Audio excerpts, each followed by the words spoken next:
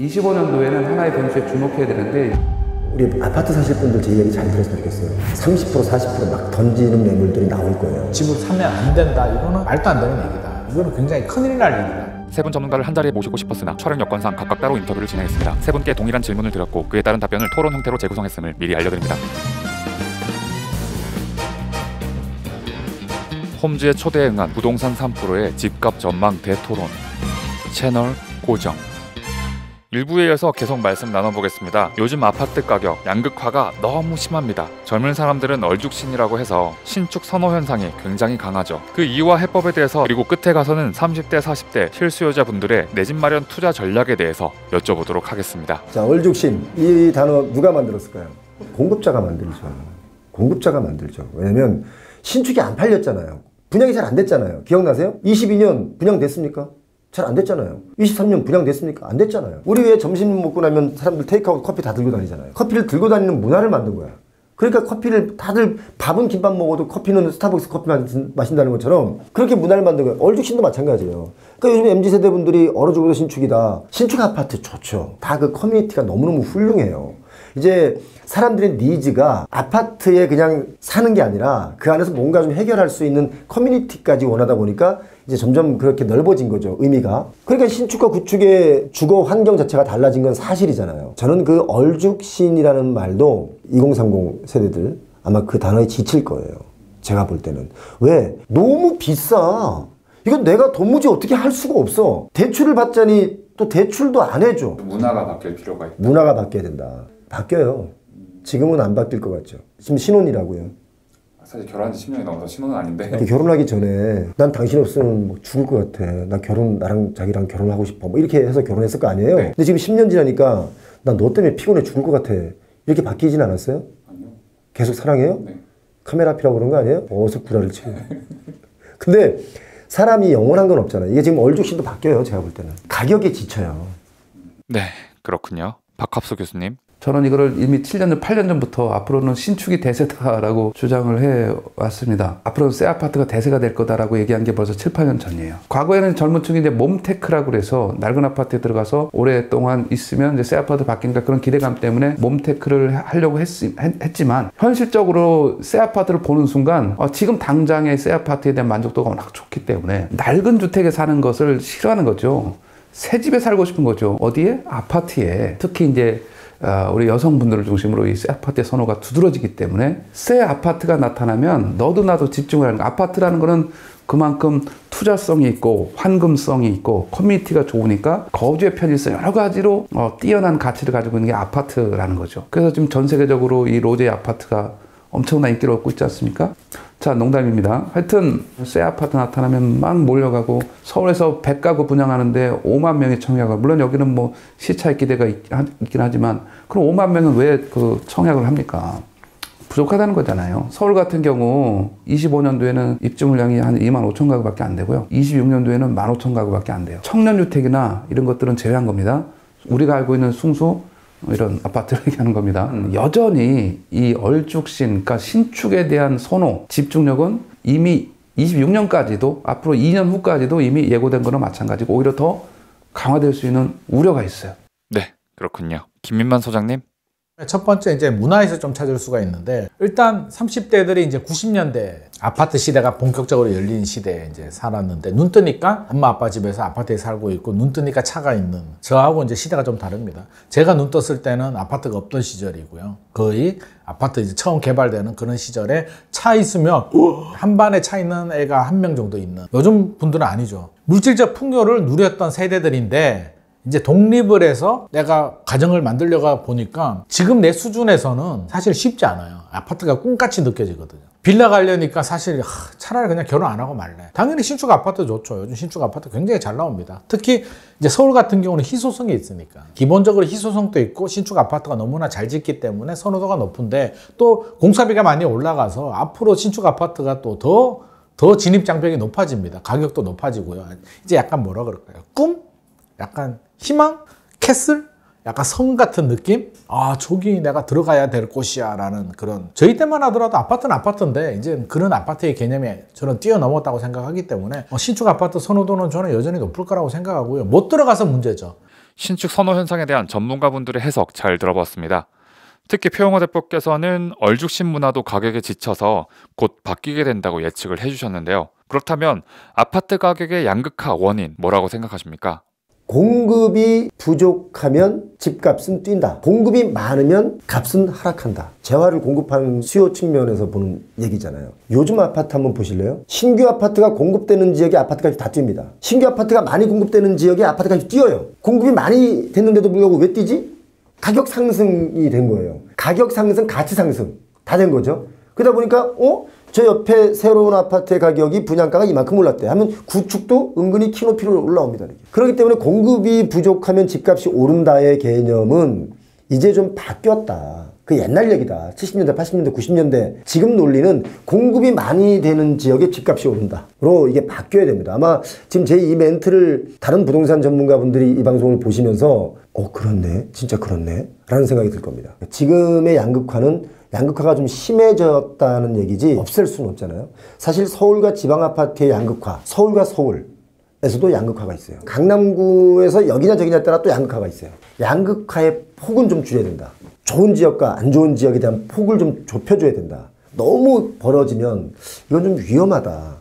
국민 정서상 위험하다. 수도권에 옛날로 따지면 좀 살기 불편했던 지역들이 있었지 않습니까? 그런데 아파트 값이나 주택 가격이 많이 낮았어요. 주거도 좀 불편했고. 그런데 이게 요즘은 지역에 개발된 단지들을 보면 다 살기 좋아요. 그러니까 이렇게 지역 개발을 통해서 주변 위성도시들을 개발을 하면서 거기가 살기 좋으면 뭔가 양극화가 조금씩 줄어든다고 봐야 되겠죠. 근데 또 그렇게 하면 집값이 또 뛰죠. 그러니까 잘했잖아요. 지금 우리 기자님이 이제야 지금 제 말을 이해하는 거예요. 공급이 많으니까 아파트 값이 하락한다라는 논리는 안 맞는다. 이제 세상이 바뀌었다. 이 바뀐 세상을 사람들은 계속 그 논리를 모르고 지금 계속 공급 부족 얘기를 하고 있는데, 그런데 뭐예요? 우리 소득 수준은 자산의 증가는 부동산 버블로 인해서 막 됐는데 소득의 버블이 일어나야 되는데 소득은 버블이 얘가 안 일어나는 거야. 얘가 아파트를 하나 샀는데 얘가 아파트가 임신해서 돌아왔다는 거야. 근데 소득은 얘는 왜 피임을 했냐 이거야. 얘는 임신을 안 했다는 거야. 소득은 그대로 있다는 거야. 저는 이 농담을 듣고 진짜 예리한 농담들이다. 집값이 오르는 걸 뭐라고 하는 게 아니에요. 물가 상승도 되고 인플레이션도 오고 올라야죠. 근데 너무 심하게 오르니까 이게 격차가 심해서 사람이 살 수 없게 만드는 환경으로 지금 가고 있으니까 이게 문제라는 거지. 누가 집값 오르는 걸 반대해서 오르지 말아라고 하는 게 아니에요. 저는 하는 논제 아니에요. 저는 시장 논제예요. 저는 합리적인 생각을 좀 하고 싶어요. 네, 알겠습니다. 그 격차를 빨리 좁히는 일을 우리가 해야 될 필요가 있고 그게 당면 과제예요. 근데 그걸 왜 그러면 서울을 중심으로 그렇게 격차가 벌어질 수밖에 없었냐? 아파트의 절대적인 공급 부족에 기인합니다. 가구는 1인 가구 위주로 이렇게 늘어나는데 주택은 늘지 않는 거죠. 가구의 그 증가 추세를 못 따라가는 거예요. 주택수가. 이게 왜 그러냐면 지난 10년간 박원순 시장 하에서 그다음에 문재인 정부 하에서 서울에 그런 개발이 거의 다 정체 상태에 있었어요. 재건축 재개발 위주가 이제 서울의 공급의 80% 정도 차지하는데 이 부분이 거의 정체 답보 상태에 있었기 때문에 서울은 아파트 절대 공급 부족 지역이에요. 가령 아파트가 전체 주택에서 차지하는 비율이 전국 평균이 64% 정도 되는데 서울은 59%대예요. 60%가 채 안 돼요. 뭔가 아이러니한 일이죠. 전국 평균이라면 뭐 도시 농촌 다 합쳤는데도 64%인데 이상하지 않습니까? 서울에서 아파트 사업이 거의 다 진행이 안 됐습니다. 자, 그런데 이제 그 와중에 새 아파트가 나타나지 않습니까? 그러면 다 새 아파트에 집중합니다. 왜 그러냐면 전국적으로 30년 이상 된 노후주택이 4분의 1을 넘어요. 재개발해서 새 아파트로 바꿔야 될 지역을 창신동이 됐던 뭐 용산 일부가 됐던 뭐 영등포 일부가 됐던 이거를 새 아파트로 빨리 변신해서 가야 될 지역을 골목을 수선 유지하고 거기에 벽화 그리고 이게 전 정부의 도시재생 프로그램이에요. 그러면 그것은 누구도 바라지 않는 거였죠. 사실은 이런 것들이 다 지체되고 안 됐다. 거기에 이제 재건축 초과입 환수제가 같이 겹치게 고 시작을 할 때는 안전진단을 강화해 놨기 때문에 시작 자체도 못했고 재건축 부담금을 물려서 추가 진행도 안 됐고 이런 것들이 곁들여지면서 서울의 집중적인 아파트 입주 물량이 급감하면서 전체적인 가격의 양극화가 나타났다. 새 아파트 위주로 급등하는 가격이 나타나고 있잖아요. 이런 것들은 정책적인 측면에서 지금 빨리 개선할 필요가 있고 이런 수급 불균을 해소해서 가격 안정에 나서야 된다 이렇게 봅니다.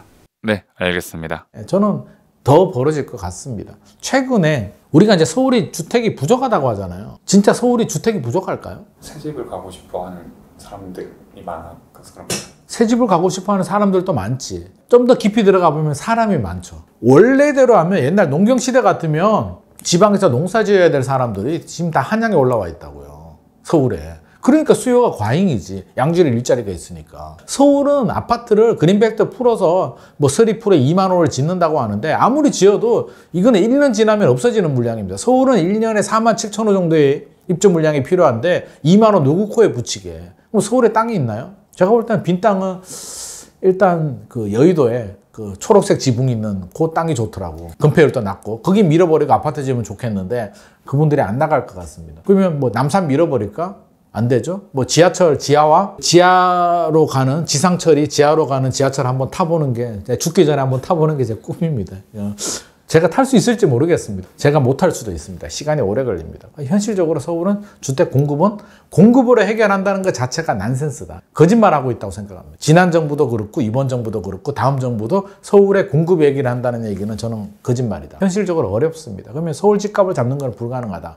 양극화는 더 심해진다. 서울에 좋은 대학교와 양질의 일자리가 있기 때문에 앞으로도 올라옵니다. 그 얘기는 앞으로 인구가 줄어들어도 지방 출산율도 줄어들고 인구도 유출이 되는 거고, 서울 수도권은 출산율은 줄어드는데 인구가 유입이 되면서 어느 정도 균형이 맞춰집니다. 그래서 20년이 지나도 서울 수도권은 지방보다는 그 정도 심각하지는 않을 겁니다. 네, 그렇군요. 지금까지 얼죽심 문화와 양극화 원인에 대해서 짚어봤는데요. 해법은 뭐라고 생각하시는지 들어보도록 하겠습니다. 재건축 사업 진행 단계에서 한 단계 가는데 12년이 걸린 게 잠실 5단지예요. 이렇게 사업이 안 된 거예요. 1년 만에 2년 만에 조합에서 사업자인가 건축허가를 받아서 진행이 됐어야 되는 거죠. 이런 것들이 다 지체되고 안 됐다. 목동 같은 데는 2만 6천 가구인데 1단지 14단지까지 이거 재건축하면 5만 2천 가구로 늘어나요. 지금 노원구 같은 데 상계, 중계, 하계, 월계 여기 이제 사계동은 뭐 한 7만 가구로 치면 이것도 한 50% 늘어나요. 10만 가구로. 못해도 20에서 30% 정도는 늘어나요. 이게 추가적인 공급 효과가 있는 거고, 앞으로 정부는 조금 요것도 고민할 필요가 있는데, 앞으로 가구 원수가 한 2.1명밖에 안 돼요. 그러니까 왜냐면 1인 가구가 많이 늘어나기 때문에 1인 가구가 거의 70% 육박하기 때문에 그렇게 큰 평수가 필요 없다는 거예요. 그래서 전용 60제곱미터 위주로 어느 정도 물량을 좀 대폭 확대해서 시장에서 알아서 하는 거긴 한데, 이런 중소형 평형을 집중 공급하는, 집은 한 채지만 부가구가 살 수 있는 아파트, 세대 구분형 아파트를 집중적으로 좀 늘릴 필요가 있어요. 전체적인 주택수는 늘지 않을 수 있겠지만 오히려 원룸을 더 공급하는 1주택자 세를 줄 수 있다면 그에 대한 또 소득도 되기 때문에 서로 윈윈할 수 있는 거예요. 충분히 그에 대한 공급도 확충이 되고 수요도 맞출 수 있는. 분담금 이거 못 낸다, 재건축 되겠냐, 이렇게 좀 회의적으로 바라보는 시각도. 재건축에서의 분담금은 이제 두 가지입니다. 추가 분담금이 있고 재건축 분담금이라는 초과액 환수제 내는 부분이 있어요. 이제 지금 아직까지는 이 공사비 때문에 조합과 시공사 간의 마찰이 커서 공사 자체도 지체되고 여러 가지 문제점도 생길 수가 있는데, 자, 이걸 원천적으로 해소하는 거는 정부의 정책에서 보면 약간의 고밀 개발이에요. 역세권 같은 경우는 용적률을 1.3배까지, 가령 3종 주거지기 300%면 390%까지 30층 질 걸 40층 진다는 거죠. 한마디로 얘기하면 공급 물량을 늘리는 효과도 있지만 거기 조합원 입장에서는 추가 분담금 이 부분도 줄일 수 있는 여지가 있는 거기 때문에, 이런 서울 같은 역세권 이런 것들은 빨리 고밀 개발에 대한 법을 빨리 개선한다든가, 역세권 뭐 시프트도 있지만 이 역세권 활성화 사업이 앞으로는 서울시에서 주력 사업이 될 수밖에 없어요. 도시에 필요한 가용 용지, 도시 용지 자체가 한계를 드러내고 있기 때문에 꼭 필요한 곳에 거주 수요는 항상 있는 거예요. 그래서 이 부분을 밀도를 높여서 해도 그런 이제 도로나 철도 이런 생활 편의시설 기반 시설 활용에 크게 문제가 없기 때문에 올려서 개발을 해라고 주장한 게 제가 벌써 몇 년 전부터의 주장이에요. 네, 표영호 대표님. 일본 청년들하고 제가 이런 부동산 대담을 좀 했어요. 그런데 갔더니 똑같이 하는 말이, 집을 왜 꼭 지금 막 그렇게 사야 되냐고 저한테 물어봐요. 한국은 집을 막 지금 빚을 내고 사고 있다. 그랬더니 일본은 집값이 이게 언제 뛸지 모르기 때문에 안 산다는 거예요. 그러니까 집값이 안정돼 있는 거야. 이게 좋은 말로 안정돼 있는 거고 나쁜 말로는 성장을 못한 거지. 일본이 잃어버린 30년으로. 올해 집을 사나 내년에 사나 후년에 사나 뭐 똑같다는 거예요. 그러니까 집을 살려고 안 달려드니까 뭐예요? 수요가 없잖아요. 주거용 부동산 가격이 그렇게 많이 뛰지 않아요. 그 상승론자라는 분들이 가끔 뭐 일본 부동산 집값 봐라 얼마나 비싼가 이런 얘기 하는데 직접 가보고 얘기를 하라고 그러세요. 가서 다 인터뷰하고 현장 가본 다음에 얘기를 해야지. 우리나라의 부동산 정책은 주거 안정이 제일 우선이잖아요. 그러니까 그쪽으로 좀 맞춰야 된다. 사실 이제 집값이라는 게 철값이 오르고 시멘트 값이 오르고 뭐 땅값이 올랐다고 무조건 많이 오른다. 그러니까 이건 공급자의 시선이고 수요자들의 시선으로 보자면 내 소득이 늘지 않았는데 저 집을 살 수 있을까? 점점 집값이 비싸지니까 비싸진 만큼의 양을 대출받아야 되니까 빚이 늘어나는 거잖아요. 그러니까 적절한 집값 안정이 된다면 개인의 능력에 따라서 누구는 좀 대출 많이 받고 누구는 좀 대출 좀 적게 받아도 살 수 있는 집들이 일으키는데 지금은 뭐 미친 듯이 이게 집값이 뛰었지 않습니까? 감당이 안 되는 거죠. 그래서 남들은 얘기해요. 아직 대한민국 아파트값 더 올라야 된다. 제정신이 아닌 분들이 하는 얘기예요. 왜냐면 PIR 지수라는 게 뭡니까? 소득 대비 집값이잖아요. 서울의 PIR이 평균으로 25 정도 나와요. 그러니까 25년을 내 소득을 한 푼도 안 쓰고 저축을 해야 그 집을 살 수 있는 거예요. 뉴욕이 전 세계에서 이 부동산 값이 제일 비싸요. 뉴욕이 PIR 지수가 11이에요. 2.5배, 2.6배 더 비싸잖아요. 맞잖아요. 그러니까 대한민국 집값은 너무 비싼 거죠. 지금 집값에 적어도 한 30% 정도는 내려가 있어야 그게 안정이다 라는 게 제 생각이에요. 그러니까 뭐 더 올라갈 수 있겠지만 그건 정말 우리 모두가 피폐해지는 길이다. 대출 안 해줄 거야. 대출 받지 마. 그런다고 해서 뭐 빚의 양이 막 줄어드는 건 아니라고 생각해요. 그러니까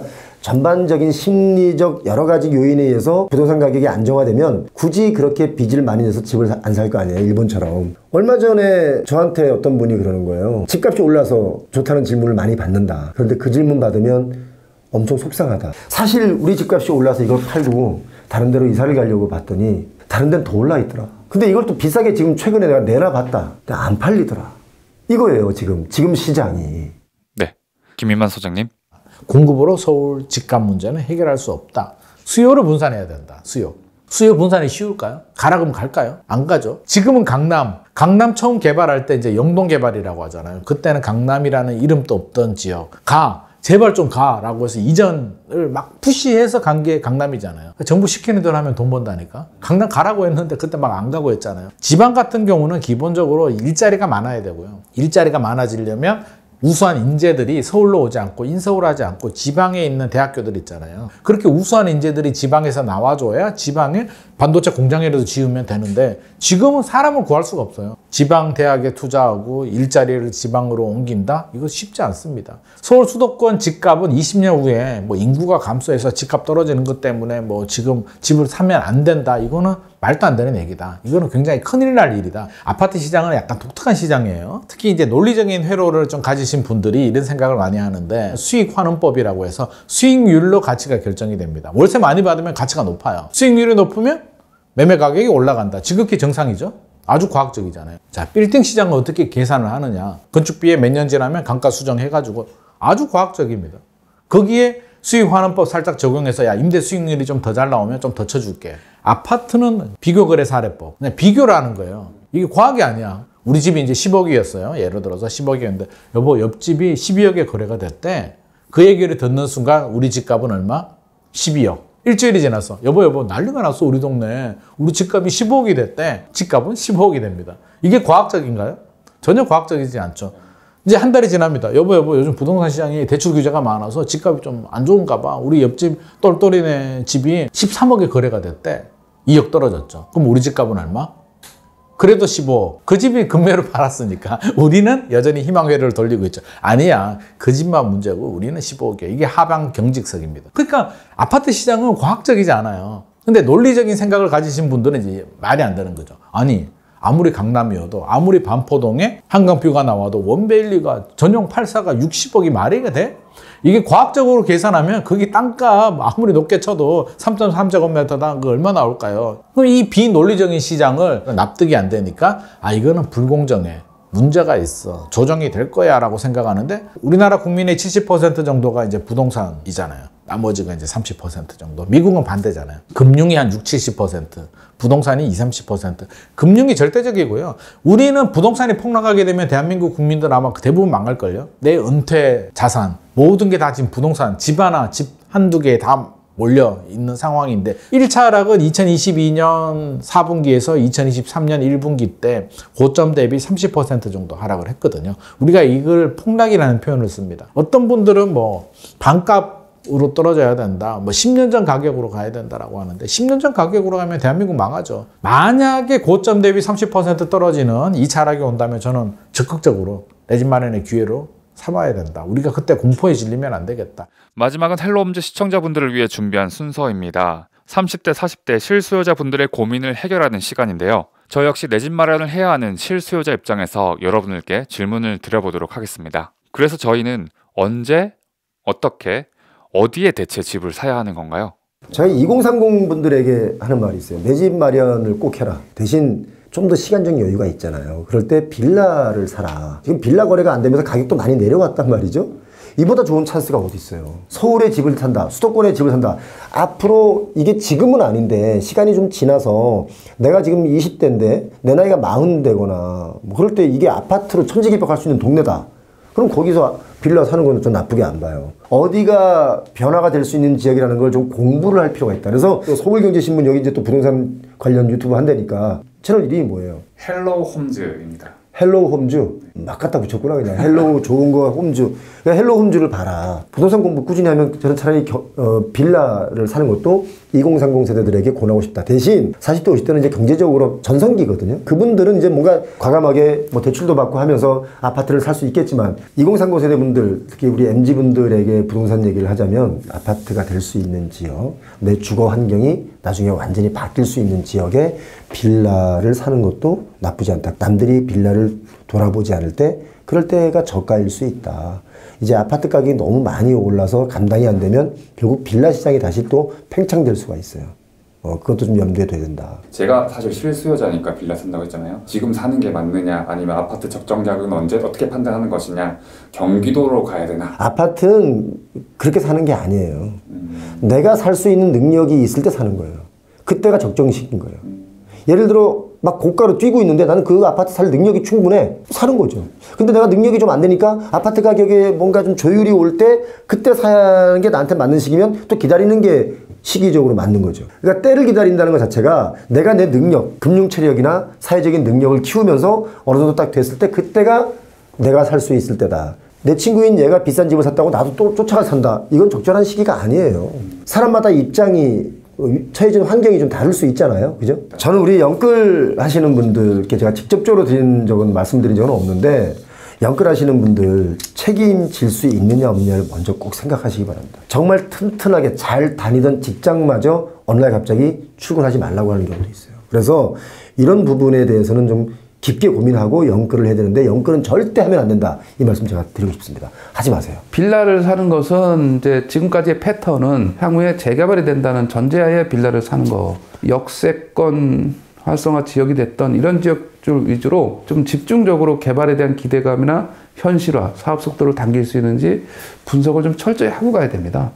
그렇지 않으면 이 기간이 길어지게 되면 다른 곳은 개발이 돼서 새 아파트 바뀌는 동안 나는 좀 처질 수 있는 우려도 있기 때문에 우리가 집을 살려는 한마디로 얘기하면 이제 세입자 입장에서는 가장 궁금한 게 전세 가격이 될 것이고 집값의 동향이 될 거고 세 번째 매수 시기가 될 거예요. 자, 전세 가격은 안타깝게도 25, 26년도에 입주 물량이 급감하는 이런 시즌을 목전에 두고 있어요. 전세 가격 상승은 불가피한 측면이 있습니다. 25, 26년도에. 전세에 머무는 것은 그렇게 바람직한 방향성은 아니다. 금리 동향이 됐던, 그 다음에 유동성의 흐름, 돈의 흐름이 어딜 가는가가 또 중요하잖아요. 거기에 이제 경제 참여자들의 심리, 매수 심리가 작동할 거냐인데 그런 것들을 종합적으로 보게 되면 내년도 집값은 오히려 소폭 상승으로 갈 확률이 높다라는 측면입니다.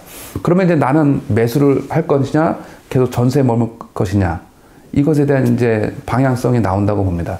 그래서 무주택 세입자 입장에서는 집을 사는 것에 오히려 방점을 두는 것이 좋겠다. 그러면 시기는 언제가 될 것이냐. 대출 규제도 지금 여전히 있고 금리도, 물론 금리는 인상한다고 했지만 이미 평균 금리는 3%대, 4%가 채 안 되는 거기 때문에 사실은 막상 대출 받으면 생각보다 큰 부담은 없습니다. 그런 걸 전제할 때는 매수는 자기의 대출 규모, 상환 능력을 점검하고 본다면 매수 시기는 남들이 안 살 때 사야 됩니다.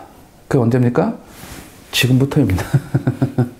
서울에서 아파트 거래량이 2, 3천 건대 머물고 3분의 1, 4분의 1 토막이 된 거 아닙니까?